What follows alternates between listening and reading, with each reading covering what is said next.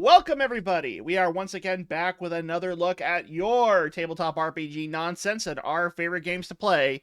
With me is my co-host in crime, Chitter Charmer, the second founding member of the Circus of Chaos. You never seem to say circus when I need to say it. Good job. You did it. Good job. Well, that's more of an on me thing than anything else. But I try to deliver my, most impressive ability to read. No script in front of me and come up with everything off the top of my head. So clearly I'm doing something right. You did it, Uwu. the blurkiest of males. What the hell does that mean? Okay, I don't know. You know what it is? I think I want to change the name to Carnival of Chaos, because Carnival just sounds more like abstract chaos of what our group is. But I think it's. But then Legends of Advantis kind of had that, the Witchlight Carnival, and then I don't want to feel like I'm copying those guys. But that's more of a whatever. Anyway, let's get back on track.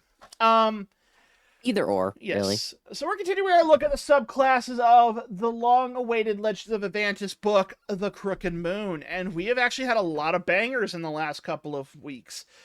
From barbarians fueled by chemicals, to druids who go bonky with the bonkiest of sticks, to the bard who whistles. Honestly, the bard was kind of still a bit of a letdown. I mean, you can't really... I still like it, because you can't fault a class where it's like, oh, hey, look! Is that a train? Yeah, the Asdiff movies are proud. And also, Waver, you can go fuck yourself. Waver and the Lovesick Party. And for those of you who don't know, our one of our fine members of our Chaos Quartet is currently behind the scenes working on stuff and is saying beautiful nothings to our friend Chitter in the chat. I don't know what any of them are, but you know what? That's okay, because that just makes things funnier. And speaking of funny... So, just before we begin, just to give some context to that, Waver is like the one character that isn't in a relationship. They say they have a girlfriend, but it kind of feels like that one kid in school who's like trying to act way cooler than he actually is and saying, yeah, I kissed a girl. She's just in another school across town that you'll never meet. No, she's in Canada. That must be like a deep cut for you. For those of you who don't know, Chitter's from Canada. I am Canadian. I'm from the land of poutine, hockey, and war crimes. Actually, now that I think about it, we've mentioned this on the show multiple times a year from Canada, especially when the Maple Leafs are playing. That's Chitter's favorite hockey team. And every year when they are even close to winning, she turns into like a hermit where she's just watching the playoffs as a religious hawk. Yeah. So, okay, Amasis, you didn't fucking mention that ever, you goddamn son of a bitch. Yeah, this is the first we're hearing about your character. Yeah, wait, this is the first time we're hearing about your character dying in a lab explosion. Yeah, so you literally pulled the, well, you see, I did kiss a girl, but she sadly passed away. You know what? The only thing that would make it any worse than that is if you said, oh, my girlfriend died of ligma. What's ligma? A horrible disease that was spread. And speaking of disease, we're going to die. That's actually the main focal point of our first subclass of this episode. You see, folks, we're not rambling. We're actually tying it all back together so it's a coherent episode.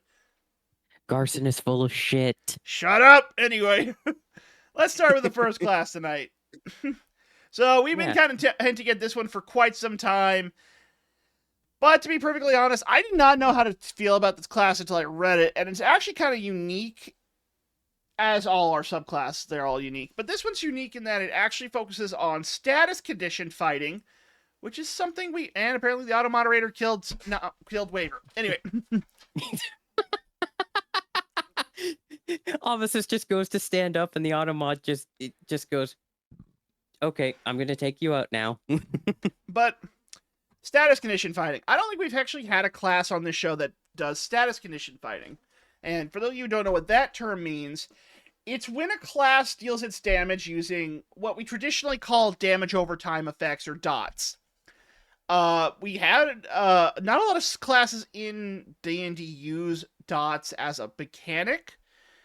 A lot of it's kind of something that often comes up as like a use of items or Like for example, the poison condition, you often have to use like the poisoner's kit or go scavenging or salvaging for like different types of creature poison. Hmm.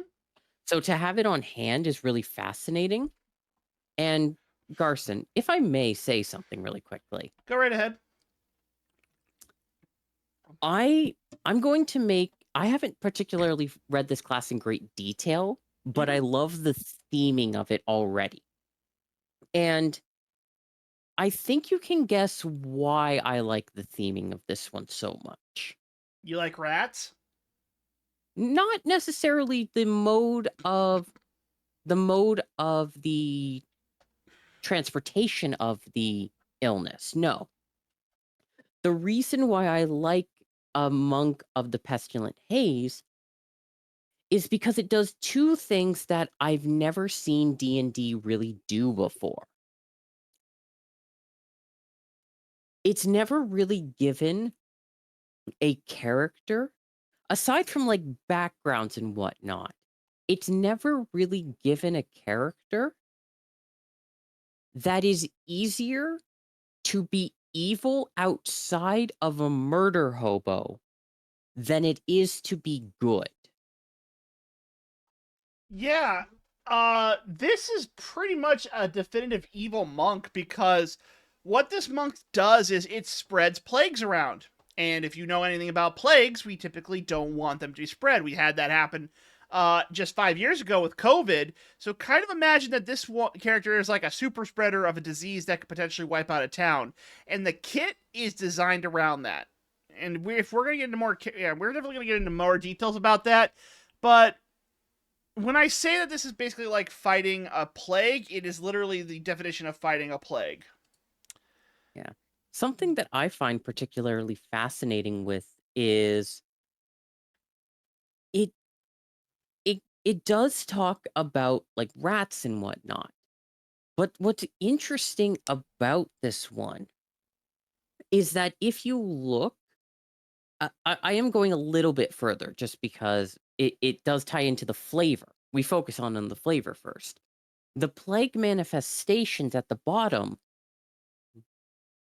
they're not all rat based, which is fascinating to think about because once you've established that it's not just rats, it turns it into any kind of sickness. And like for example, blood breath, bruise-colored miasma, the edges of which form into slithering tentacles, painful bruises, and a hoarse, bloody cough. That's not rat related. Like rats sure can bite it, but the sickness itself, it's not rat related. There's vermin plague, yes, but there's so many other things. And for me in particular, I'm just gonna come out and say this. If this book had been released before we started our Ravnica campaign, Garson, Mm-hmm. I would have seriously considered this monk version instead of Astral Self because of the flavoring that I did with the oil and the frictionization. I would have genuinely talked with you and seen if it could have worked. I'm obviously not going to change it now, but if this had come out beforehand, this in an alternate timeline could have been the class that I used.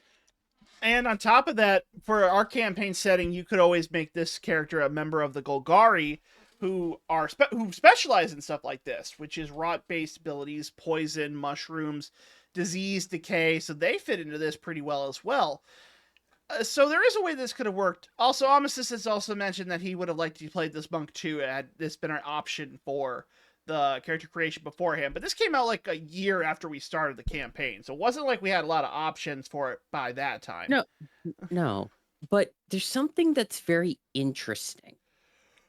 And I love the line saying, "Some walk with caution, their touch measured, unleashing sickness only where dense populations must be culled." And that's something we don't often like to think about because there are very real cases of overpopulation in the world by humans.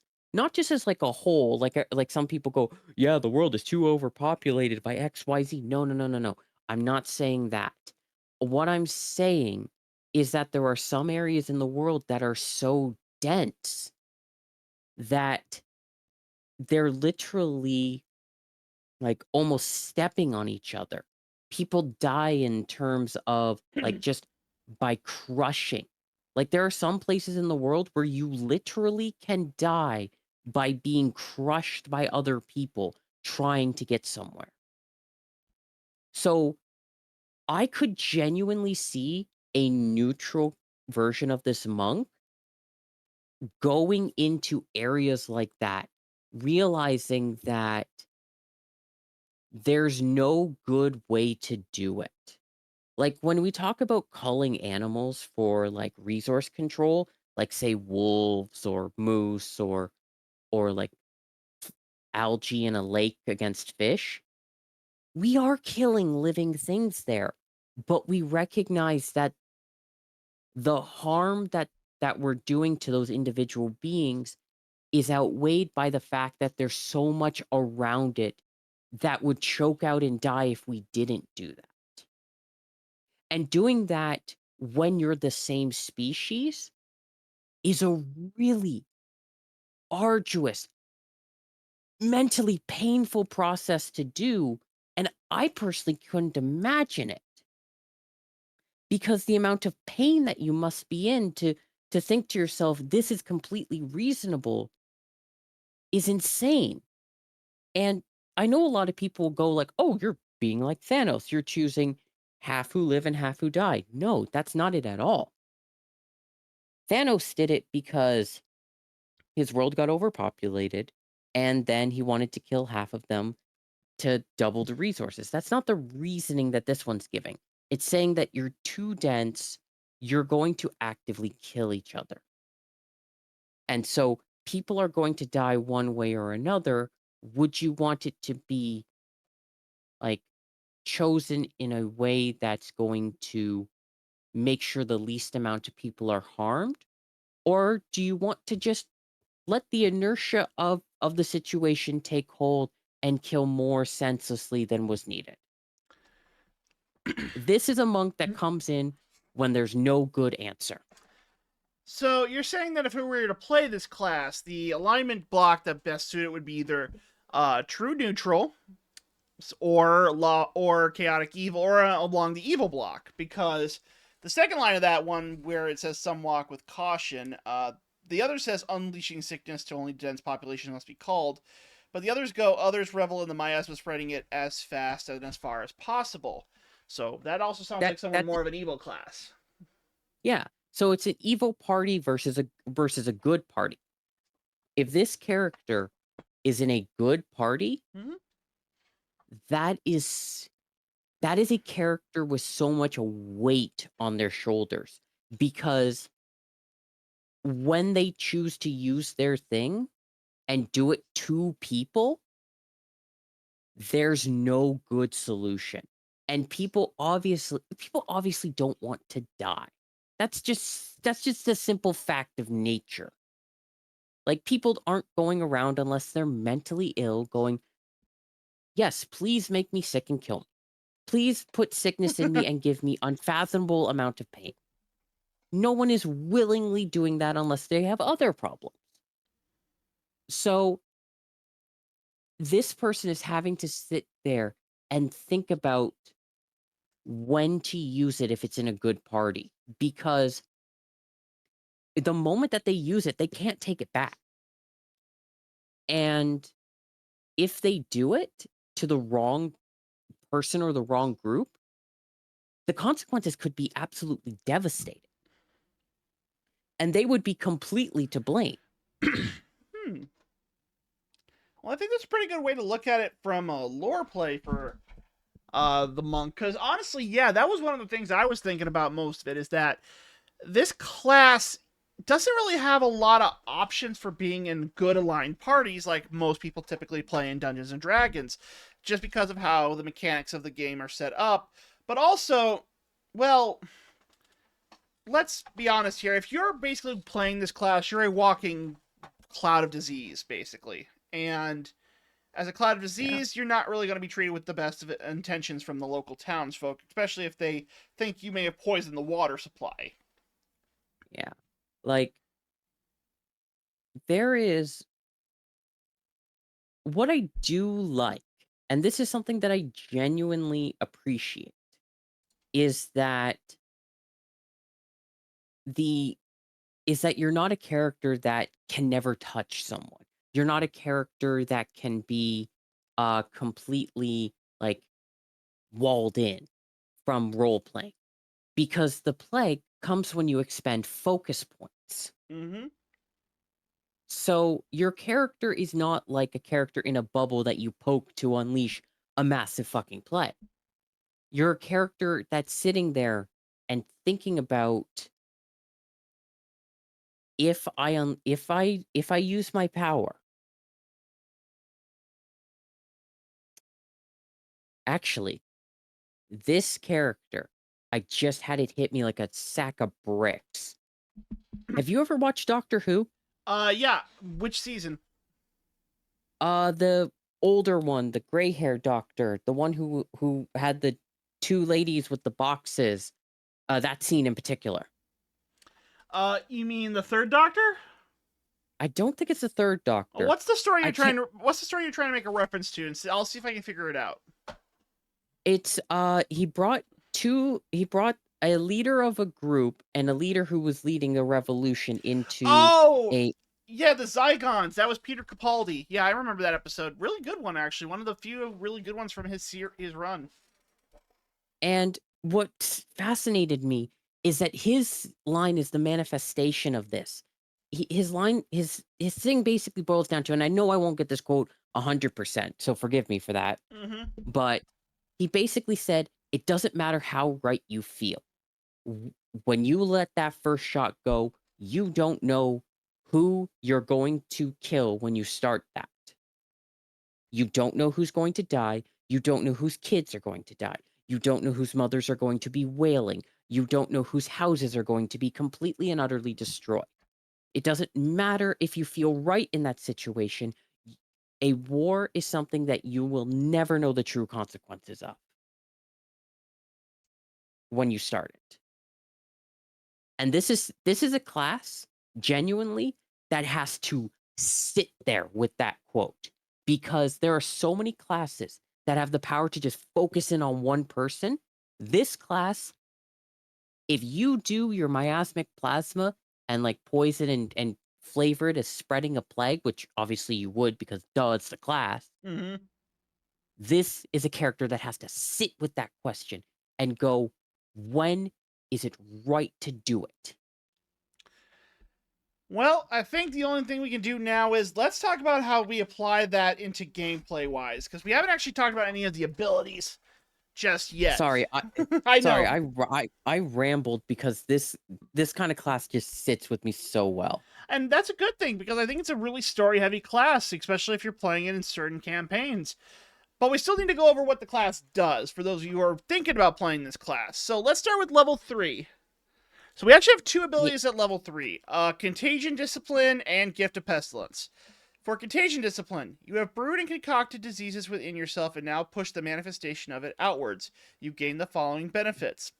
Claws of Pestilence. Your nails grow into a set of vermin-like claws. You deal slashing damage when you hit it with an unarmed strike instead of bludgeoning damage. That's already a big change. One of the biggest problems that monks have always faced is that they don't get access to a lot of damage types outside of certain subclasses because they're relying on unarmed strikes. So they're mostly dealing bludgeoning damage, and bludgeoning can be, well, it's not really resisted a lot, but there's not a lot of enemies that like face it as a weakness. Slashing damage, on the other hand, a lot of enemies face as weakness, but you do face a lot of resistance to it. Also, there's something else that as I play as a monk that is actually very important. And what's that? So, you've seen a lot of times that I use my arms and you're like, "Why are you using your arms?" Mm-hmm. When you didn't have to because you're like, this there was no seeming benefit to it. Mm-hmm. And that's because until you get to monk level 6, which if you're multi-classing can take to like level 7, 8, or however long to get there, your punches are non-magical bludgeoning. And once you get past a certain CR, that is resisted practically across the board. Right. It's one of the key 3 resistances of non-magical attacks: bludgeoning, piercing, and slashing. And slashing does, and so yeah, this doesn't remove that, but it does mean that you have access to a little bit more abilities to hit someone with. Like, for example, I think oozes, if they that are typically early game enemies, like like green jellies, those ones resist bludgeoning, but they don't resist slashing. So slashing does play a little bit better role in that regard. Exactly. Now, And when you hit a creature with an attack granted by your flurry of blows, you deal extra necrotic damage equal to a roll of your martial die, which is basically saying that for that punch or that claw, if you will, you're not just dealing the slashing damage, you're also getting behind the resistance as well. right. And then we go on to the ability that actually kind of incorporates most of what this class does: Miasmic Plague. When you hit a creature with an unarmed strike, you expend 1 focus point to force the creature to succeed on a Constitution saving throw or be cursed for 1 minute. While cursed, the creature has the poison condition. So for those of you who don't know what that means, poison basically means that they have disadvantage on all attack rolls and ability checks for 1 minute. So that's about 10 rounds. Poison is... This is what I was talking about earlier. The reason why this monk is so different is that, unlike having to use a poisoning kit or another outside source like a spell, this is naturally gifting poison, which is a big advantage in early levels. At level 3, to force your opponent who might not pass the Constitution saving throw to have disadvantage on attack and ability checks, it's going to be a very big benefit to your teammates. But Yeah, that's not all it does. It does take extra necrotic damage from your unarmed strike equal to 1 of your martial arts die. A creature can take this damage only once per turn. The creature repeats the save at the end of each of its turn, ending the effect on a success. So, yes, they might win the saving throw at the end of their first round, but that's still, like, if you go first, you manage to hit them with poison, and then everyone else's turn goes after, then you've basically given them 1 free turn of advantage on their attacks. Now, what's and interesting... the last sentence is absolutely crazy. If you forgo the extra damage granted by the cleave of the Claws of Pestilence, you can use Miasmic Plague without paying its focus point cost. So, for those of you who don't know, basically, okay, I'm trying to read this right because I'm not entirely sure what they're talking about, but I think what they're saying is... No, I just want to... Sure, go ahead, because I think I know what it is, but I want you to clarify. Okay, so starting with the Claws of Pestilence. So you can deal slashing damage when you hit with an unarmed strike instead of a bludgeoning attack. So you take that first swing, you cut into that. However, for the second swing, when you're doing your flurry of blows, if you choose to not deal the extra necrotic damage right there, then the Miasmic Plague kicks in with the unarmed strike for free. And it basically switches it to where it's, instead of the extra necrotic damage, it forces it to make the Constitution saving throw. And if it fails that, the Miasmic Plague kicks in automatically. So basically it means that you're never without Miasmic Plague, because worst case scenario, you don't get one... You don't get it on the first swing. That's basically it. Okay, well, that's fair. And, like, I would rather get the poison condition on than the extra damage at least the first round, so that's fine with me. And if I may, Garson, there's something really quite fascinating about poison, because I've been kind of looking into things. And now a lot of people will go, oh, poisoned, a disadvantage on attack rolls and ability. Now a lot of people will go, okay, so I see the first one being incredibly valuable. What's the second one going to do? Well, let's say let's use my character as an example, okay? Okay. So, I'm just going to spell out a plan that I have further down the line for the next level in my character, okay? Okay, just letting you know, we do want to keep it on topic. So, at the next level, I put...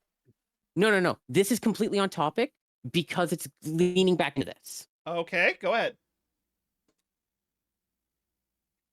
So, at the next level, I plan to take a something. I plan to switch out a baiting seal for the bedevil ability, and it's basically when I hit a creature, uh,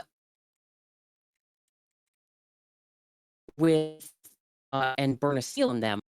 Basically, they lose their proficiency bonus in terms of abilities.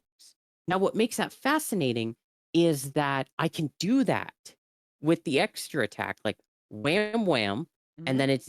then it has that minus to it. But then I can grapple the enemy. And grapple is an absolute ability check. And because it's lost that bit for the ability check, it's at a disadvantage. Poison is along the same lines. So if you poison someone, not only can they not attack well, but if you go to grapple them, then they're at a disadvantage because their body's not moving as well. And when a creature is grappled, that it leads it into a lot of different things because its speed becomes 0 and you can basically r- like restrain yourself along with your enemy to both become restrained. You can try that again, and that's another disadvantage that they have because you're doing it just fine, but they have disadvantage on their roll to become restrained. Also, if you wanted to, you could also like attempt to intimidate them, and they would be rolling with disadvantage for like holding it together, or like for example, what are some other things? You could lead them on a chase and they'd have disadvantage for athletics for tripping and whatnot. So basically, it poison and like the bedevil ability don't necessarily have anything that aids you right in that exact moment. But if you think about it, it basically turns them from being able to do things with any sort of competency to gaining the upper hand to put them in situations that they wouldn't want to be in. Okay. Also, you were kind of breaking up there for a second, so I don't think we heard that last little bit of your of what you were talking about. Sorry. Basically put, poison makes it so that you don't gain like an immediate damage benefit, but you gain the ability to more easily put your enemies into situations that they don't want to be in because they're unable to resist it as well. And I think that's a good point to point out for this because when we were talking about a status fighter, the whole part of the fighter, or in this case, the combat mechanics of this class, is centered around the poison mechanic. So you want to make sure you get poison on there one way or another. Now, the other thing I want to point out is that if you're a monk, later on you gain access to like extra attacks. Now, what I like about this is that let's say they failed the Constitution saving throw the first time, and then you attack again, and then you use Fury of Blows afterwards. Now you get that extra necrotic damage. Or if they pass the saving throw, you do the auto attack, and then you do Fury of Blows afterwards. But I think you need a bonus action. I think there's a way to do it without needing to spend a bonus action for Fury of Blows, but I don't play a lot of Monk to know that. So there is a chance that like later on down the road, you are going to basically have like 3 attempts per turn to poison someone, especially as a monk. Oh, absolutely. It Monks are the one class where you look at them initially and you go, "Wow, you do such little damage, but it's chip damage." And the thing that they say with a chip is, one chip, you don't notice it. 100 chips, you'll notice it instantly. And when we get to level 6, you're going to see how broken that can get. But we need to go over the quick level 3 ability, Gift of Pestilence. So it's a 2-part ability. It's split into Inoculation, which you have advantage on saving throws to avoid or end the poison condition, or magical contagions, and you have resistance to poison and necrotic damage. So level 3, you get access to 2 resistances and advantages on 2 relatively uncommon damage types, I will admit, but most of the time this is going to help you save against traps because this is where that ability really comes in because traps are poison gas, necrotic damage, like oozes, That type of stuff. And this will give you at least some resistance to that stuff. And believe me, as a DM, while I don't personally put a lot of traps into our campaign because I think they're kind of cheap, there are some DMs who like to put traps into opening treasure chests and have like poison gas come out. So it does give you at least, and because you're a Dex user, you're probably going to be promoted to the lock picker of the group, unless of course you have a rogue. So this actually can help in Yeah. that regard. Yeah, what I find so fascinating about that inoculation as Mhm. well is because it's not just the poison condition or magical contagions. It is resistance to poison and necrotic damage, which again is uncommon. But also if you think about it, that actually gives a reason for a party to bring this kind of person along. Because in the scenario where you're bringing someone along who can actively make you or anyone around you sick, you need a reason to bring them. You need a reason for the risk to be outweighed by the benefits. And so you'd most likely bring them on stuff where there's not a lot of people to be hurt, like a dungeon with an ooze, or a necromancer who decided to form a little bit too big of a undead rave, a Mhm. monster mash, if you will. You're So breaking up you again. want to bring that along, and that combines with the next one. Oh, for the love of fuck. So one moment. All right. Well, Cherry's going to reload her computer real quick in the meantime. For those of you who are watching right now, if you're watching this on YouTube, if you like this type of content, please drop a like and follow and a subscribe to our a like and subscribe to our YouTube channel, and don't forget to hit that bell for notifications for when the upcoming episodes come out. We upload these episodes every week on Thursday, and we are always uploading new content at least 3 times a week. If you are watching this, thank you for your patronage, and we hope to have your support. If you also like this, you can watch some of the other videos we have on our channel, and also remember to drop a like and comment on those. The algorithm likes engagement, and we like it too. Just kind of hoping Chitter would be back by now. Okay. But yeah, no, as Chitter was saying, the reason why inoculation is such a good ability is because it is beneficial in areas where you don't have to worry about, like, the spread. Well, okay. The way Chitter is describing it, and I think they got a good point, is that poison is usually in like crypts, necrotic crypts. Like, for example, Tomb of Annihilation has a lot of traps that revolve around that type of ability. Same with necrotic damage. And necromancers are a pretty easy early level fighter that some of the DMs might put together. So having early game resistances to those two types of things is pretty decent. The other thing you got to realize is that they're just straight up resistances. Most classes do gain resistance to certain types of fighting and certain types of stuff around, I would say level 5-ish. So to get 2 of them at level 3 is really good. So that's why I think the first half of this ability is pretty decent all around. The second half, though, is vermin kinships. Through chittering sounds and hand gestures, you can communicate simple concepts to vermin, such as rats, pigeons, and insects, and you gain the ability to decipher their noises and motions. Vermin lack the intelligence to convey or understand sophisticated concepts, but friendly vermin can relay what they have seen or heard in the recent past. Additionally, you can cast Animal Messenger using Wisdom as a spellcasting ability, targeting a tiny beast that is considered vermin and thought to spread plague and disease. Once you cast the spell this way, you can't do so again until you finish a long rest. Okay, let me just basically break this down for those of you who aren't really understanding exactly what the ability is. Um, basically, this is basically what I would like to call a dungeoneering ability. It can help you, again, depending on how you roll with the DM and if they're asking certain questions, you might be able to get some layout of a nearby crypt or maybe a nearby lair where a necromancer, or maybe even the sewers of a town that you're probably visiting. This would be where you could use that ability. And it won't give you like all the details, but it's like using divination magic. You get small additional benefits that allow you to basically fill in the flavor wise of the area, and it allows you to basically build up like certain additional ideas that might be able to help your party out in certain ways. The problem I don't really like about this ability is that it's kind of limited to vermin class monsters, and vermin aren't common. Well, they are common because they're vermin.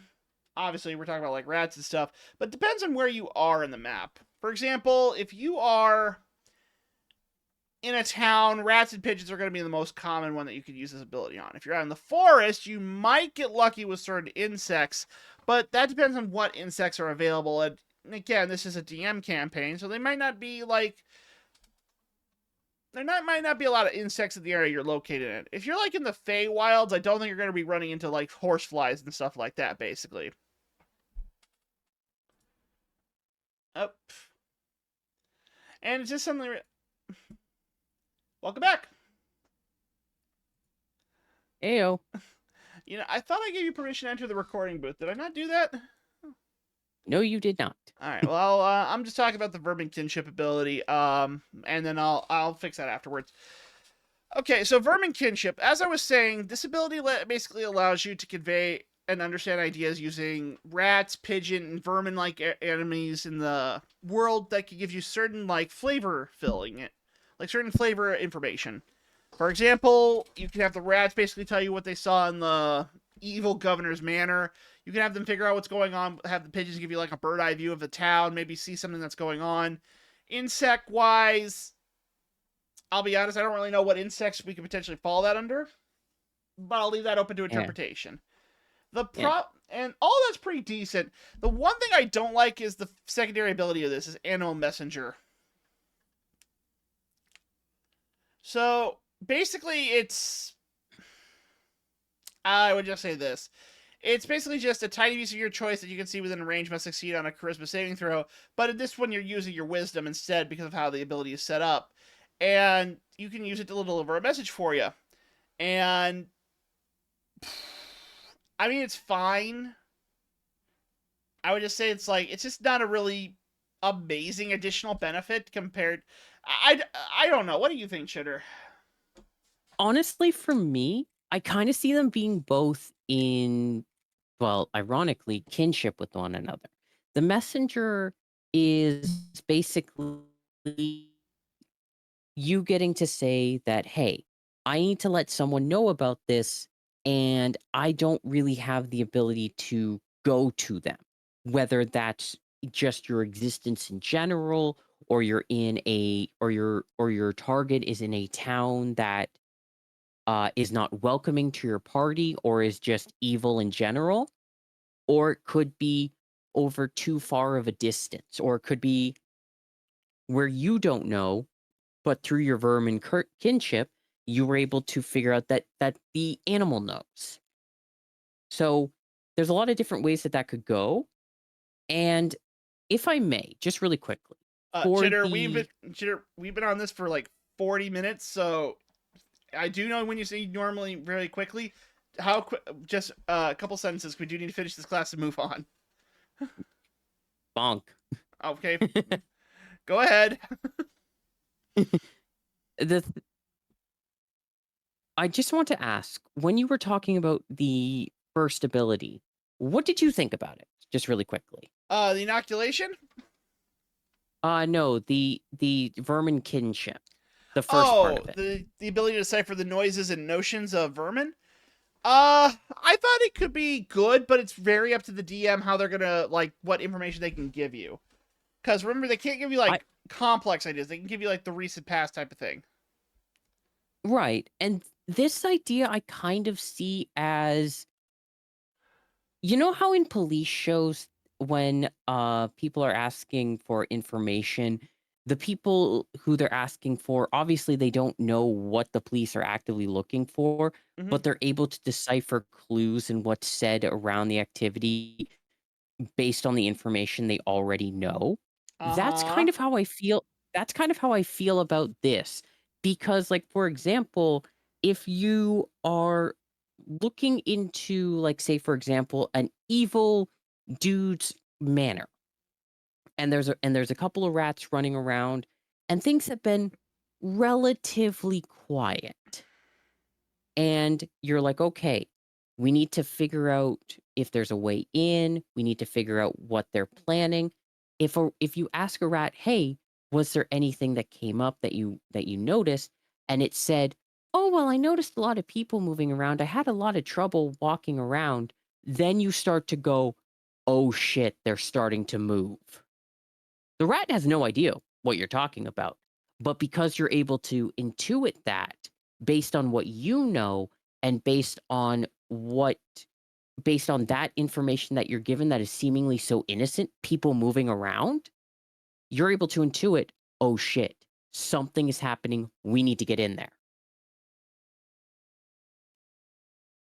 I mean, yeah, that's pretty much hits the nail on the head. I think that it's a pretty good third level ability. Not super versatile. Well, at least not the inoculation part, but that's okay. It doesn't need to be. Vermin kinship, it can be, just depending on how, but it's up to the player to like use their creativity to make it work. Yeah. So we're gonna go to level 6 real quick. Potent plague is Okay. Potent plague is pretty simple. The strain of your plague becomes more virulent and deadly. When you deal necrotic or poison damage, you ignore the target's resistance to those damage types, if any. Short, sweet, to the point. Basically, a pure upgrade to all of your abilities. Undead are fucked now. Yep, but that's the first half of it. The second half is tolling sensor. And for the record, when I read this, do you know what the only thing that came through my mind was? What? All right, so I don't know if you've seen this show, but it reminds me of Jujutsu Kaisen, where they're like domain expansion, and that's what this is. It's a domain expansion for this class because when you unleash a cloud of miasma upon your enemies, as a magic action, you can expend 2 focus points to unleash a cloud of miasma in a 20-foot emission originating from you. Each creature of your choice in that area must make a Constitution saving throw. On a failed save, a creature takes necrotic damage equal to 2 rolls of your martial arts die and is cursed by your miasmic plague. On a successful save, it only takes half as much. Okay. Yeah, Yeah. that would do it. I can see where you're coming from. But I like this. It gives an area of effect ability to the monks, which typically they don't get a lot of area of effect or multi-target abilities. They usually focus they focus on single target. Yeah, I should know. But this is a great area of effect ability. It centers on you, so if you're in the middle of if you're surrounded, you can be like, "Oh, you have messed up now. Domain expansion, toiling sensor." And then everyone inside of you is like, "Prepare to face the power of my plagues." Prepare to face the power of my pee-pee, powerful plague. But no, that's pretty powerful. But on top of that, remember that you also at this point have gotten your potent plague ability, which means they don't have resistance to this. They can have immunity to it, but they don't have a resistance to it. So everyone in that area is getting the full necrotic damage if they failed the saving throw. Yeah, if you're getting screwed by it, you're getting screwed with the full length of it. And it gets even better because let's move on to the 11th level ability, Miasmic Contagion. This is another 2-parter ability, but Chitter, I'm getting your input on the second half because that one, I think, since you play monks a lot, you would know it better than I would. But for the first ability, Choking Miasma, Constitution saving throws against your Miasmic Plague have disadvantage. So basically, the toiling sensor and your claws just basically get a free advantage on the save. Yeah, pretty much. Not to mention that since they are bypassing the damage, it guarantees that you're going to be dealing a lot of power with that miasmic ability. But the second ability... Oh, sorry. A little... my lunch is coming back up. When you expend 1 focal point to use your Step of the Wind, until the end of the turn, when you enter a space within 5 feet of any creature of your choice, it must succeed on a Constitution saving throw or be cursed by your miasmic plague. A creature makes the save only once per turn. Okay, you play monk more than I do. What are your take on that ability? Oh, this cements the class as a status monk in the best way possible. Because here's the thing. On its own, you're kind of thinking like, okay, Step of the Wind is like a dash ability, right? Right. Here's the thing. With 2024, Step of the Wind became not only a dash, but it became you expend the focus point and you get the disengage too. Oh, really? So it now became a utility ability and a dash. Nice. So, Garson, that's the thing. When you're disengaged, you don't draw opportunity attacks. This is not saying when you stop on a space within 5 feet of a creature. This is just when you enter it. You can enter and leave and basically cause a plague on someone without drawing an opportunity attack. And not to mention, they have a disadvantage on the saving throw just from the choking miasma ability. So you could dash around everyone, and well, you're still burning focal points, but that's pretty easy to get back for a monk around level 11. So that's not really that much of a commitment for resources. No, this is pretty good. And I didn't know about the disengage option, which is a fantastic addition to that ability. Because Also, Garson, yeah. it's not just 60 feet of movement. It's 100 feet of movement, because unarmored movement goes to 50 feet normally at level 11 and then dash. Okay, so let me get this straight then. If I use this ability, I basically dash from one enemy to another using one focal point up to 150 feet, so I could be an entire room, depending on how big the room is. Yep. I don't have to end my turn there. I just have to go through them, and as long as this ability is active, I get disengage on as I move around.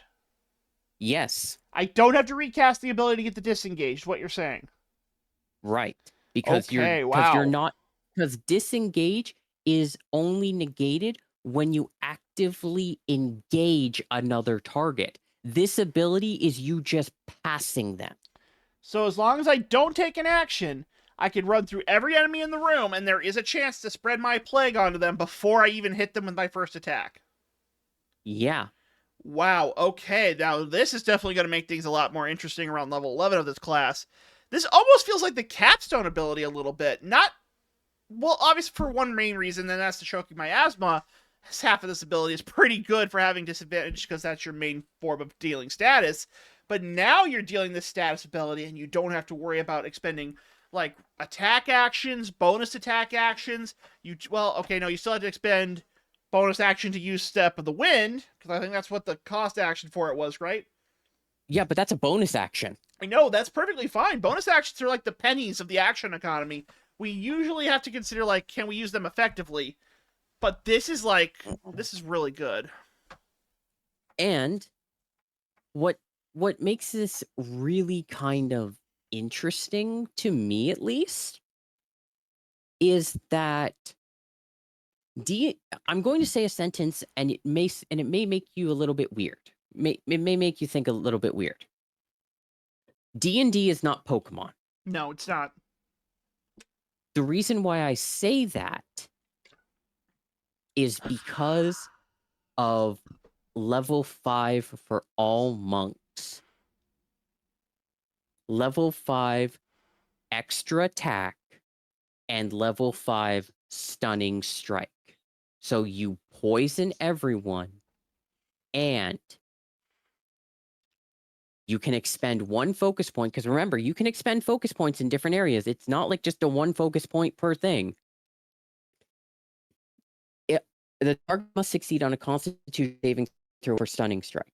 On a failed save, the has conditions till the start of your next turn. On a successful save, the target's speed is halved until the start of your next turn, and the next attack roll made against the target before then has advantage. So there is a world where you can have Stunning Strike on the opponent, make them have to make that Constitution saving throw, which they probably failed due to choking miasma, being spread through Scurrying Step, because that already had a roll with disadvantage on. They have disadvantage on the saving throw for the Staggering Step. Now they can't move, or they can't move a lot, and then you can pound them into it with extra attacks, correct? Pretty much. Wow, that's broken. And speaking of broken, we're going to look at the last ability of the Pestilent Haze's abilities, which, wow, we've been talking about this class for an hour. Cool. It's a great class. It really is. Like, I think it's a good time when we get to talk about a class for a long period of time. Usually these are like the last one we talk about for the day, but this one we just started right on it. And that's, alright, so the keystone ability for this class is Epidemic. And oh boy, is this one a good keystone ability in my opinion. Your plague has reached the Oh, height of yeah. its potency and its symptoms rapidly affect your foes. Your miasmic plague ignores target's immunity to the poison condition. Additionally, when you deal necrotic damage to a target cursed by your miasmic plague, it takes extra necrotic damage equal to 1 roll of your martial arts die. So I think by this point you're actually rolling 3 dice for the martial arts of damage. Yeah, and it's not 3d4, Garson. No, I didn't think it was. I think it was like 3d8s. 3d12. So 36 potential extra damage from necrotic damage. That is not resistant because that's because of potent plague and can't be reduced. And there's wow. Also, that turns into 110 feet of movement for the scurrying spread because it's 25 feet at level 17. Not to mention that you still have your AoE ability with Tolling Sensor, so you could like go there. Oh, and you're still not targeting anyone in that ability because technically speaking, each creature of your choice. Well, I guess you are targeting with that ability, so I don't know if you could still get the disengage ability, but I don't think not with that one specifically, because you are actively striking them, but you could certainly line it up beforehand. true. Okay, so that's the Monk of the Pestilent Haze. We already went over the plague manifestations at the beginning of it, so we're not going to go over that a second time. Also, wow. Garson, Yep. I just have one other quick thing about the scurrying one that's going to make you a little bit terrified. What's that? At level 9, you get acrobatic movement. When you aren't wearing armor or wearing a shield, you gain the ability to move along vertical surfaces and across liquids on your turn without falling during the movement. So if someone's on the other side of a river or whatnot, where neither of you can get each other, you could literally just run in a circle and get them sick. Fuck you, I'm the Flash. Alright, but at the end of the day, what does that mean for the monk itself? Well, I'm going to say this. Warrior of the Pestilent Haze is definitely a powerful status fighter. It specializes in applying poison, and later on in its class, that's what it does. It applies poison and deals necrotic damage. And everything about this subclass just helps you make that ability faster and faster. You have an AoE ability that can spread the plague in a big circle effect. You have the scurrying spread ability to run up and hit someone with the movement speed of the monk. And then if you do choose to go to level 17 for Epidemic, I don't think you really need to, but it's a great ability because you get that immunity to, you get the bypass and immunity to poison, which is fantastic. And you're dealing like even more damage with the martial arts die. I think you can probably be fine at level 11 and still get a really effective monk in this regard. Oh yeah, this class is the textbook definition of a monk that does not a monk that does its version of AoE in a way that doesn't feel like it's trying to be something it's not. Well, we're going to move on to the next class then. I think this is a fantastic class. The monks really needed something like this, and I think that they do a good job of spreading status conditions and rely on their speedy attacks as well. It feels like a good upgrade to the monk's base level, and I think that's fantastic. Oh yeah. And now we're going to be talking about the Witch Hunter Paladin. Which that's what this is. I don't care what anyone says, this is a Witch Hunter Paladin. Alright. Which actually I'm a bit shocked about, because paladins are meant to be holy warriors, right? This one is like the first time I've actually seen like a Inquisition style paladin, where they are just like pure take care of evil at no way, no foul battling. I would actually say that this is not the first time I have seen this, and it was actually back in. Let me just pull this up really quickly because I remember. Yes, it was all the way back in 2014, Garson. Oh really? What was it? Paladin, Oath of Vengeance. Yeah, but that wasn't really like a witch hunter Inquisition style paladin. I always saw that more as a paladin of righteous indignation, of fighting against for a righteous cause and getting revenge on someone. Like vengeance, like Batman. It felt more like the Batman paladin, where they obey the law, but they're like going to take it into their hands. Let me just say that. Let me just say this. Mm-hmm. So, tenets of vengeance: fight the greater evil, Faced with a choice of fighting my sworn foes or combating a lesser evil, I choose the greater evil. No mercy for the wicked. Ordinary foes might win my mercy, but my sworn enemies do not. By any means necessary. My qualms can't get in the way of exterminating my foes. Restitution. If my foes wreak ruin on the world, it is because I failed to stop them. I must help those harmed by their misdeeds. Now going back to Oath of Castigation, their tenets are burn away all doubt in pursuit of duty that seems like by any means necessary, purge the wicked and corrupt, spare the innocent, no mercy for the wicked, ordinary foes might win my mercy, and sin is forgiven through suffering equal to the pain it inflicted, which is both fight the greater evil and restitution. Yeah, okay, I can kind of see it, but I don't know. I like this version more. Maybe just because I like the witch hunter vibe of It oh, I'm not saying that it's necessarily better or worse.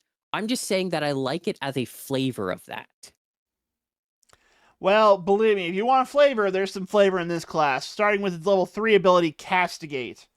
As a magic action, you can expend one of your channel divinity to collapse those you would bring to justice in fiery shackles. Choose a number of creatures up to your charisma modifier, minimum of 1, when you see within 30 feet of yourself. Each creature must succeed on a strength saving throw or be wrapped in fiery shackles and have its speed reduced to 0. As a bonus action, you can cause the shackles to flare. Each creature bound by the shackles takes 2d6 fire damage. A shackle creature repeats the same throw at the end of each of its turn, ending its effect on a success. After 1 minute, it succeeds automatically. Okay, right now, I'm just going to say this. I love that ability. I love it. For one simple reason. It is an area of effect ability that has a status condition, and as a bonus action, you can deal additional fire damage on it.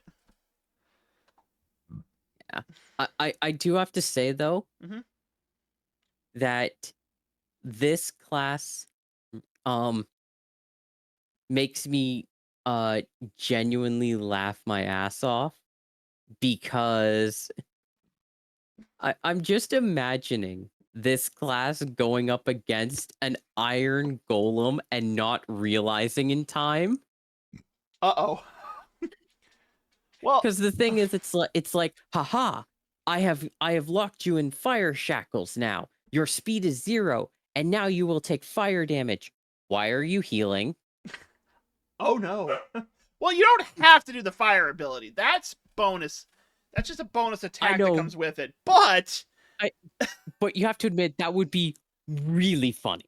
well, iron golems also have like what, a 20 in strength, so they're already going to break out of this thing in like a turn.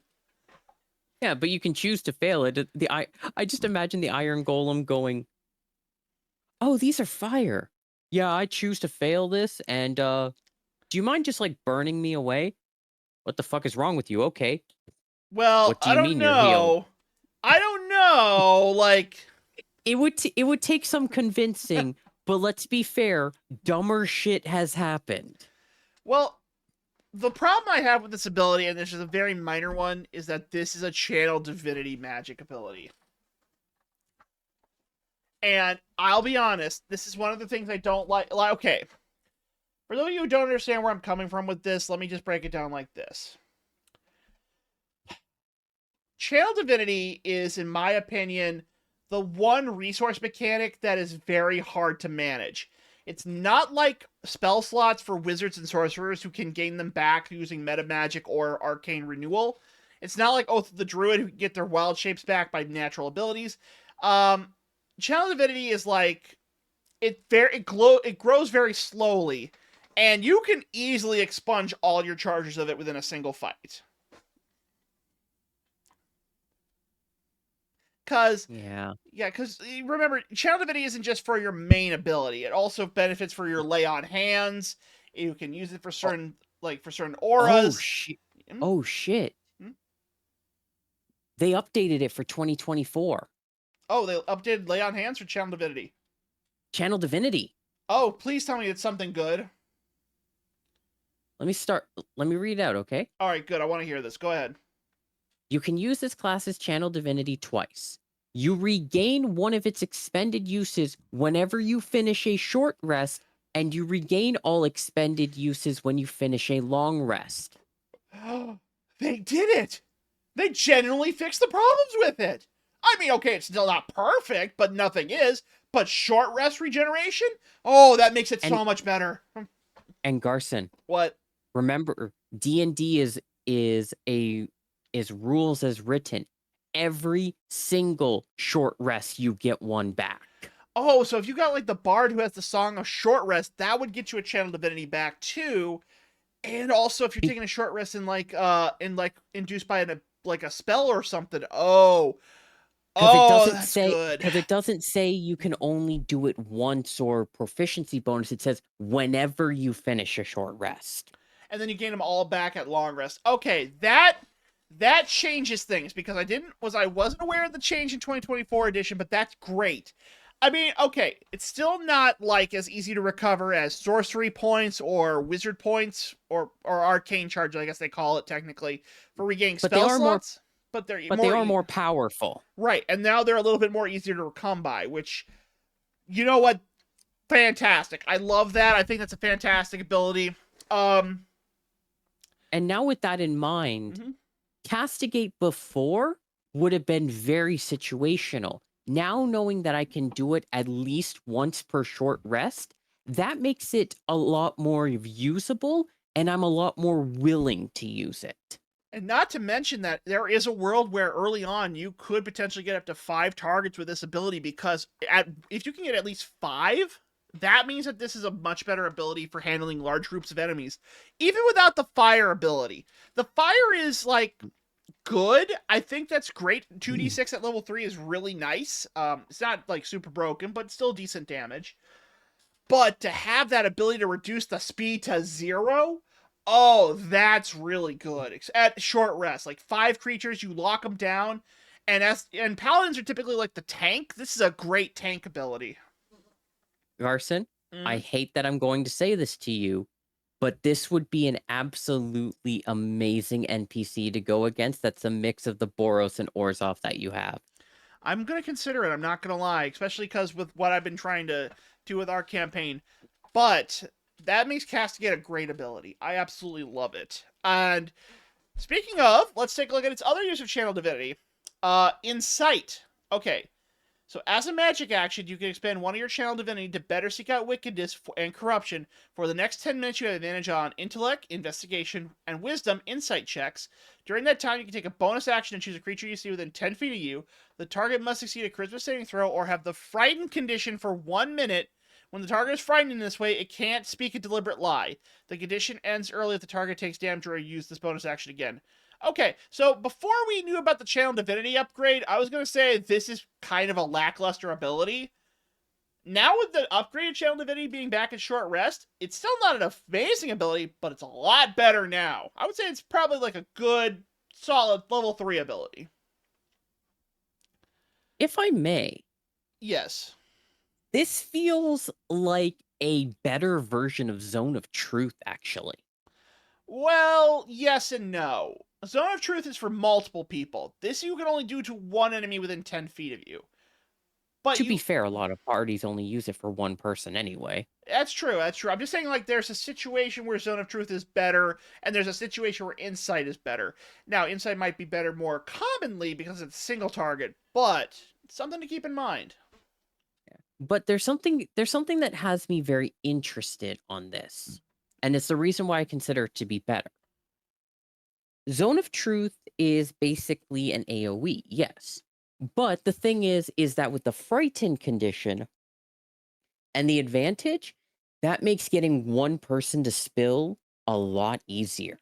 Because frightened means they can't attack you as normally as they would, they can't advance towards you, and if they can't speak a deliberate lie, you have advantage on insight checks and investigation to look on their body and whatnot, or around them, to find out exactly what the fuck they're talking about. I gotta admit, that is a pretty good ability. I still think it's low, but the only thing is, once again, the economy to make it happen is Channel Divinity. And since at level 3 you're only going to get 2 uses of that, you gotta make sure that you know what you're using it for. And it's very Eh, hard, like, let's just hear me out, okay? With Zone yeah. of Truth, it's a spell slot. Spell slots come by really easily. Yeah. Channel Divinity, even with the upgrade, you only get a limited amount of those, and you're only going to get one back per short rest. So if you blow your opportunity to use this investigation proper, like let's say you don't target the right guy, now you blew a Channel Divinity option, which is, hard to come by, and you didn't really get anything out of it. At least with Zone of Truth, I feel like you could potentially use it a little bit more sparingly and get the better result. Yeah. But that's just it's me. it's very much a case of this is a great third level ability, but if it was any later, we would both consider it terrible. Right. And that's why it's great that it's here. Great ability early on, fantastic, and now there's a lot of benefit, but not super good, especially next to Castigation, because Castigation can hit 5 people down, lock them down with 0 speed. You can't really deny that that's pretty good. True. I do like next that they put the spells next, because it allows you to put those abilities into a little bit more context. I just noticed something, and I think this is pretty amazing. Yeah. Okay. So, one of the most powerful spells in D&D is Counterspell, but up until this point, it has been strictly locked behind wizards and sorcerers, because it's an arcane counterspell, right? Yeah. Okay. At level 9, the paladin gains access to Counterspell. Oh, yeah. Now, what does that mean exactly? Well, typically, not much, but here's the thing. You use spell slots as a paladin. That much is true. But Counterspell has been locked behind wizards and sorcerers who are very squishy, and they typically are very fragile to long-range attacks. This could potentially save the party, and it could also be a great surprise because even if they do get it at level 9, which is a lot later than most people because it is a 3rd level spell, they always have this spell prepared, which is great. So they don't have to worry about other slots being taken up by others, like other level 3 spells. There's also a Chain of Conviction. Read that spell because and Garson, when you read that spell, mentally combined it with Castigate. Right. You hurl a spectral barbed chain at a creature that you can see within range, and the range is about 30 feet from where you are. The target has to make a strength saving throw. On a failed save, the target takes 2d6 force damage, is pulled up to 30 feet towards you, and is bound by the chain. While bound by the chain, the creature is tethered to you and can't move or teleport to a space more than 30 feet away from you. And you have advantages on attack rolls made against the creature. Okay, so Castigate, lock them down, bring them over to you. This is all about, controlling the battlefield and dealing damage at the same time. I love this class because of that. And you get that at level 5, which is 2 levels later on from when you get access to these spells. That's great. And then also you get Consuming Pyre, which is another unique spell. And for the record, if you don't know, Chain of Conviction and Consuming Pyre are unique to this book and this book alone. So they're completely unique spells that you've never seen before. Which I think is good that they get access to it.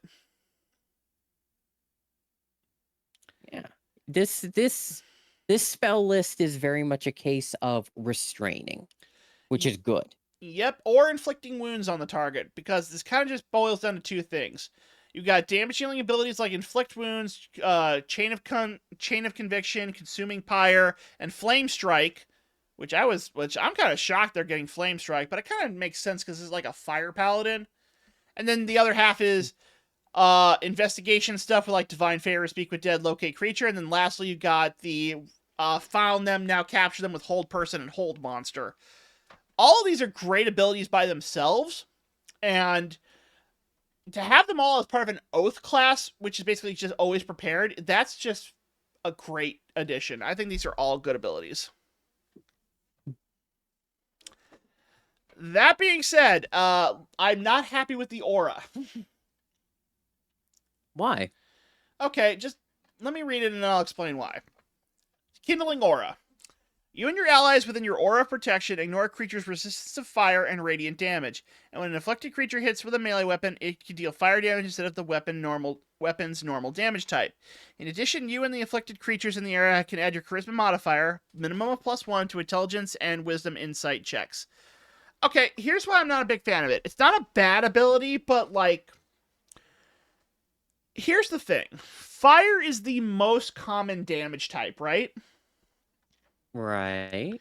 Well, let's take the Iron Golem argument before the chat earlier. Iron Golems heal from it. They don't deal damage to it, and they have an immunity to it. The thing is, at level 7, this is just reduced. They're ignoring the resistance to fire and radiant damage. Now, radiant damage, I can make the argument that that's pretty good to have on an aura. That's fine, because radiant damage is pretty good against a lot of creatures that this would be fighting. We're talking undead, necrotic weapon, and like demons, and of course the ever popular vampires, which that's what this is a vampire hunter at the end of the day, or a witch hunter. So that's fine. But it's the part where when an afflicted creature hits with a weapon attack, it can deal fire damage instead of the weapon's normal damage type. The problem is, I don't see this being something that you can toggle. That's what I'm not a fan of. You can toggle the fire damage. That part is fine as written. Sorry. And when if it can deal, it can. Yes. Can is the toggle. Right. No, that part is the toggling. I'm just saying, like, this is basically like taking your aura of protection and then turning into like a fire aura. I just don't know. Like, to me personally, there's something about this that just doesn't sit well with me as part of a subclass. Because remember, Paladin's main benefit is their aura ability. This isn't like a new aura. It's an upgrade to aura of protection, which is the most common aura that Paladins would use. I would say, like, maybe I'm just a little underwhelmed by it, especially because it doesn't really do anything to, like, enhance the fire. It just makes the damage type turn to fire. And in the aura... I don't know. Maybe it's just me. Okay, Garson? Yeah, it is an ability that actually I'm very happy about. Alright. And there's a reason for that. You no longer need to spend a stupid amount of money to get a magical weapon for your party. That's true, but is it magical fire, though? It is. Because it comes from the aura. That's a magical aura boosting it.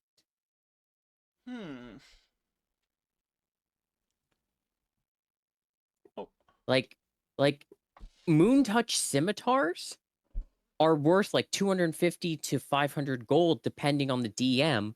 They don't do any extra damage, but they are worth twice to 5 times as much, depending on the DM, simply because it does the magic. I mean, I guess it does bypass fire resistance and radiant resistance. Yeah. So ignores the resistance to fire. So even though fire is a very common resistance, it ignores it entirely. So if you switch that from a bludgeoning weapons to like a creature who's like resistant to fire and non-magical bludgeoning damage, boom, you're instantly back in the fight, all of you. I don't know. I'm still not like completely sold on it. I guess it's not a bad ability. I'm just not like in love with it, I guess, would probably be the best way to describe it. And there's also, you can add your charisma modifier to investigation and insight checks. That aura is always going. So as long as you're around your buddies within 30 feet, which if you're investigating or checking someone out in a non-sexy way, you would have no reason not to be, because you are the paladin who is actively looking for evil. You're giving them up to +5 with a minimum of +1 to those rolls. Advantage is only like 2.5 or 3.5.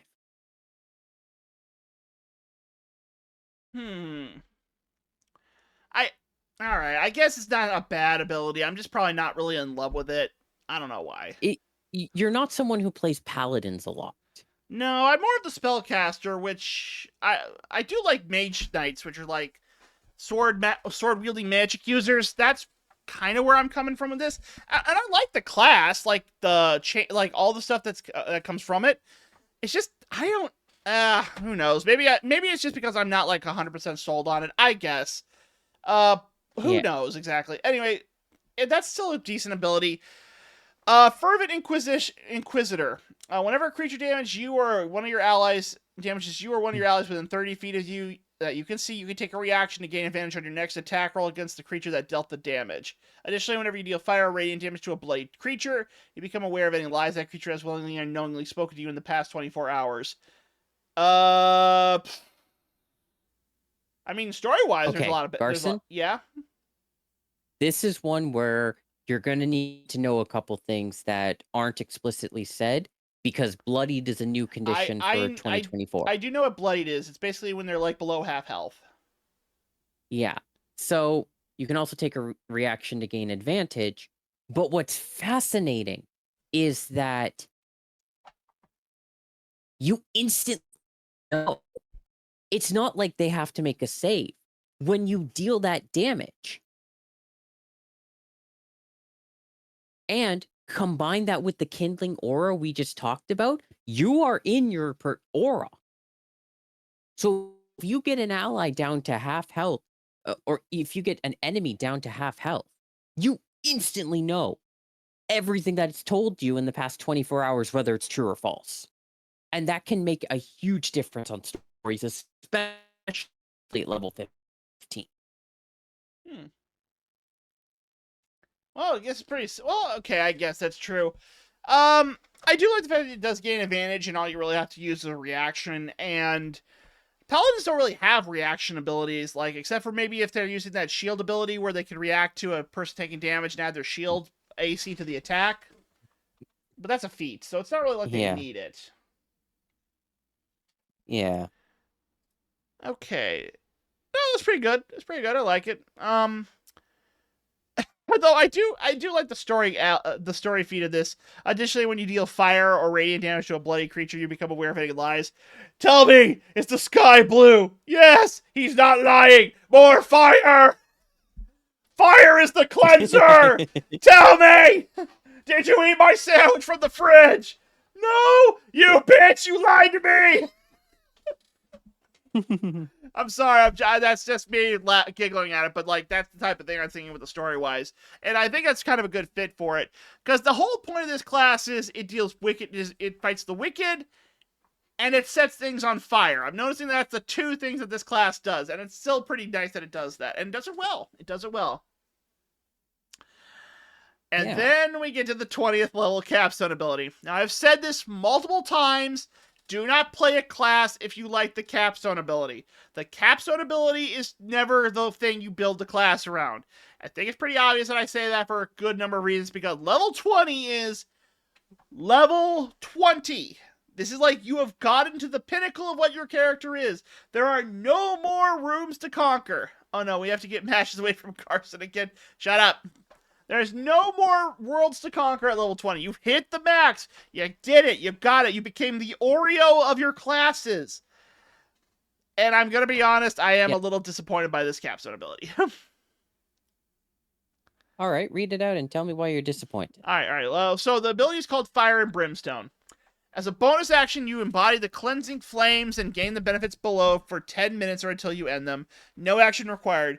Once you use this feature, you can't use it again until you finish a long rest. You can also restore its use by expending a 5th level spell slot.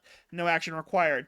And I think that's kind of like the cap of where Paladin magic is, that they cap at level 5. So if level 5 is probably like... Yep. Okay, so that's fine. But here's the thing. Blazing Ardor. You gain immunity to fire damage. Okay. You're level 20. By now, you probably found a magic item that gave you that ability, and you have it at all times. Like, that's just part 1. Relentless Judgment. Lashes of Divine Flame increase your reach by 10 feet, and your melee attacks ignore 1/2 and 3/4 cover. Okay. Okay, that one is genuinely nice because you're taking away AC. Okay, yeah, but like, here's the thing. You're level 20. Because half of these abilities you could probably fulfill the same requirements using magic weapons or magic items. And remember, you're level 20. You have divine weapons at that point if you've been doing the storyline. You've hit the peak. So everything that comes at this level has to be something you could not acquire any other way to justify that level 20 cap. And then the last one is Punish the Wicked. When you hit a creature with an opportunity attack or a hostile creature ends its turn within your reach, it must succeed a charisma saving throw or have the prone condition and its speed reduced to 0 until the start of its next turn. Okay. The problem I have with this capstone ability is that while individually these are good abilities, I won't deny it, they come way too late. This is like, okay, because you have to understand my mindset when it comes to like getting to level 20. This is my mindset. If you have gotten to level 20, you have basically done most of the campaign. You're nearing the end of the big fight. You've prepared your class. You've gotten your magic weapons and armor. You've bonded together. You have the potions. You have the skills. You have the knowledge. You've managed to get to the end of it. And if you did all of that to bypass challenge after challenge after challenge, tell me this. Which one of these abilities justifies being at level 20? I can see where you're coming from. It's a little difficult to justify, but, and this is where I'm willing to give it, I won't say the benefit of the doubt because that's not fair. I'm willing to say of it that this feels, how do I put this? This feels like it's tying together all the loose ends of the abilities from above. This is not a capstone where you're going out in a blaze of glory. This is one where you're burning away the imperfections. You know, I get that, but let me give you an example of something that we covered. Another paladin class, to be precise. Let's look at Obojima's Way of the River Paladin. Do you remember what that capstone ability was that came at level 17? What was it? The ability to travel across the waterways of Obojima miles away to the other end of the coast and then to travel using a whirlpool transportation system. Like, it was divine teleportation granted by the river itself. There have been other paladin capstones that just feel like more akin to what this ability would have had earlier, but really boil it down to its basic components, okay? This is about, like, at level 20 at this one, you gain immunity to fire damage, and I've said this already. You probably found a ring that does the same thing much earlier than this. And it's a ring. You slip a ring on. Relentless Judgment. Lashes of divine flames increase your reach by 10 feet. That kind of goes against how the class has been playing up at this point. Because with Chains of Conviction, Hold Person, Hold Monster, you want to pull them in and lock them down and not being able to move. So why do you want to have longer ranged attacks? You're not really and they don't add any extra damage. They do ignore half and 3/4 cover. I will admit that.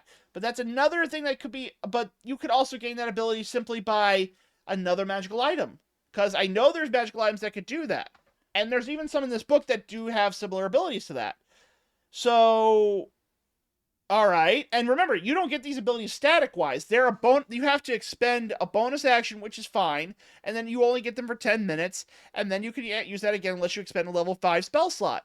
Which for a paladin, that's like expending a 9th level spell slot. And then Punish the Wicked. When you hit a creature with an opportunity attack, or when a hostile creature ends its turn within reach, they have to succeed a charisma saving throw, or have the prone condition. I don't understand why we have to have a saving throw tied to this ability. It's level 20. Why can't I just have this be like an automatic prone ability, or something like guaranteed prone condition, or like, maybe, I don't know. I just don't feel like this is a good capstone ability. It's not a bad one, but it's level 20. I've hit the cap at being a paladin. I went through all of these challenges to make it to level 20. I gained all this experience. I fought all those dragons. And the rogue from Ojima got this at level 15 with that candle. Yeah, this feels underwhelming. This is very much yeah. You can go to level 15 and be done. Yeah. Actually, I'll say this. You actually could go up to level 7 and be done with this class. Like, Fervent Inquisitor is like, if you want it. But at level, but, like, like at level 7, you gain the Kindling Aura ability, you gain Instigate and Castigate, you got the Castigation spells, which you get 4 of them. I just don't see, like, these last 2 abilities are just too far away for the XP commitment, in my opinion. And with nothing really in the middle except base paladin stuff and some spells, it feels a little underwhelming. Not bad, just Underwhelming. yeah, and which sucks because I like the concept and the artwork is fantastic for the class. Like, look at this. I love witch hunters. And this screams witch hunter to me. But I can't really justify it unless you're like a hardcore paladin player and you can play up to level 15 or 20 and be fine with it. If you want So to, yeah. So Garson, I have a question for you. Yeah, what's up?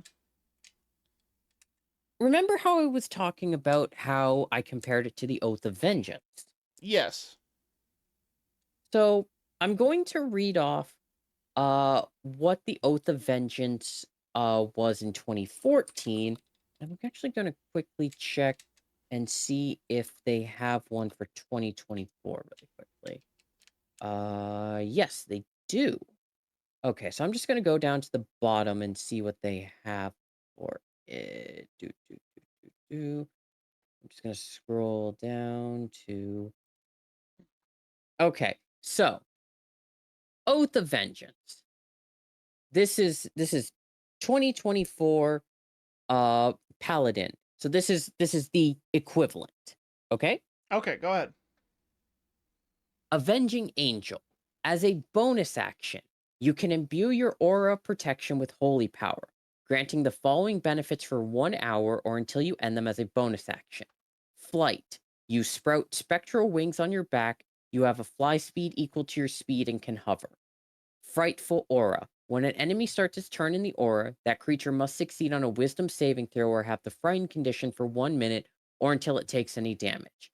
Attack rolls against the frightened creature have advantage. Once you use this feature, you can't use it again until you finish a long rest. You can also restore it by expending a 5th level spell slot. Comparing that to Fire and Brimstone for like a comparison, I'm gonna say it. Fire and Brimstone is looking a lot better.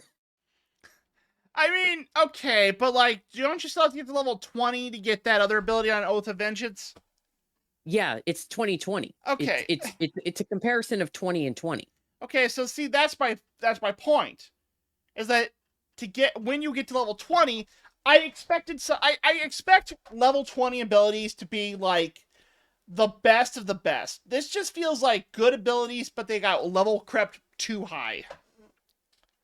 That makes sense, but you can understand why I'm like, in comparison, well, I admit, it's good. In comparison, Fire and Brimstone is better. I won't deny that. But either way, both abilities are hindered by the level requirement and the fact that they are way later past their usefulness. That doesn't like flight. Okay, like for the Avenging Angel one for the Oath of Vengeance, there's a flight spell at level 3. The wizard can give you wings and be like, go fly. Yeah, I'm not denying it. All I'm saying is that Paladin 2024 seems to be kind of getting the shaft. Yeah, that's a good way of saying it. All right, so the question is, do we go on to Grim Harbinger, or do you want to call it here for the day prep for? I'm fine either way, but like let's prep for D&D. Yeah, and we'll be back in about 45 minutes, folks, and then you all get to see us lose our goddamn minds again. Right, so I'm going to end this video here, and we're going to pick back up next week with the Grim Harbinger, which is the Ranger subclass, otherwise known as Guy with Crossbow and Big Doggo. I'm not even kidding. That's the whole bit. That's the whole... Spoiler alert. This is basically like you summon Shadow Puppy, and Shadow Puppy helps you. Pretty much. And it comes... But anyway, we'll talk about that next week. I know we only tackled 2 classes this week, but honestly, these two are like night and day, in my opinion. Warrior of the Pestilent Oh. Haze was like, spreading evil, and, corrupting villages. And the Oath of Castigation was like, I will hunt your fucking ass down and burn away your shit. Pretty much. All right. All right, folks, we're going to end it here. We will be back next week. We will not be back next week because I will not be around to record an episode. We'll be back in 2 weeks with our continuing look at the classes of the Crooked Moon. So we will see you then. And in the meantime, you have a good rest of the day. If you would like to watch this video, please like and subscribe and drop a notification bell on these videos. We upload them as soon as they're available every Thursday. Hooray! And you can watch us at twitch.tv/GarthSpathel and twitch.tv/ChitterCharmer. And other than that, have a good rest of the night and take care. Bye-bye.